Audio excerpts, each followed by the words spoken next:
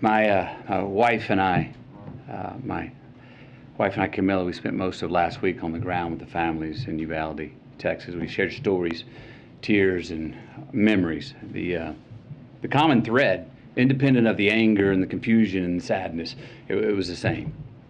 How can these families continue to honor these deaths by keeping the dreams of these children and teachers alive?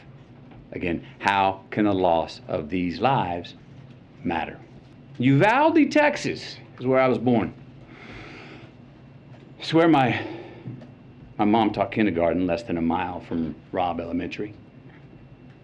Uvalde is where I learned to master a Daisy BB gun.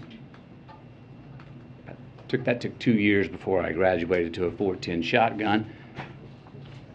Uvalde is where I was taught to revere the power and the capability of the tool that we call a gun. Uvalde is where I learned responsible gun ownership. And that is there that we met two of the grieving parents, Ryan and Jessica Ramirez. Their 10-year-old daughter, Alethea. She was one of the 19 children that were killed the day before.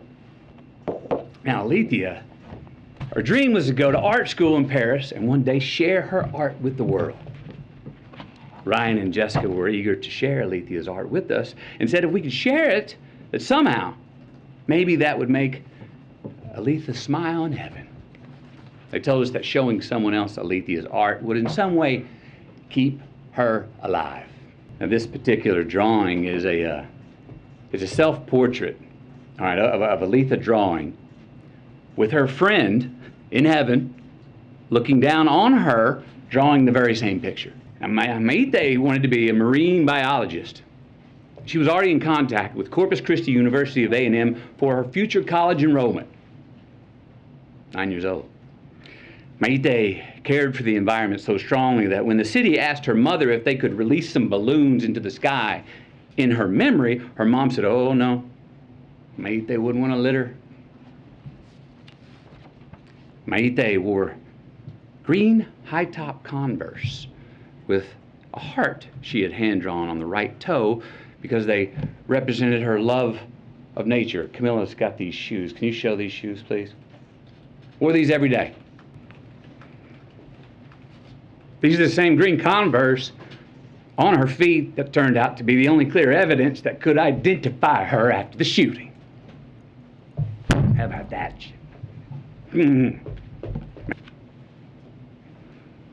Then there was Ellie Garcia, a 10-year-old, and her parents, Stephen and Jennifer. The week prior to her passing, she'd been preparing to read a verse from the Bible for the next Wednesday night's church service. The verse was from Deuteronomy 6:5. "And thou shalt love the Lord thy God with all thy heart, with all thy soul, and with all thy might." That's who Ellie was becoming. But she never got to read it in service on that Wednesday night.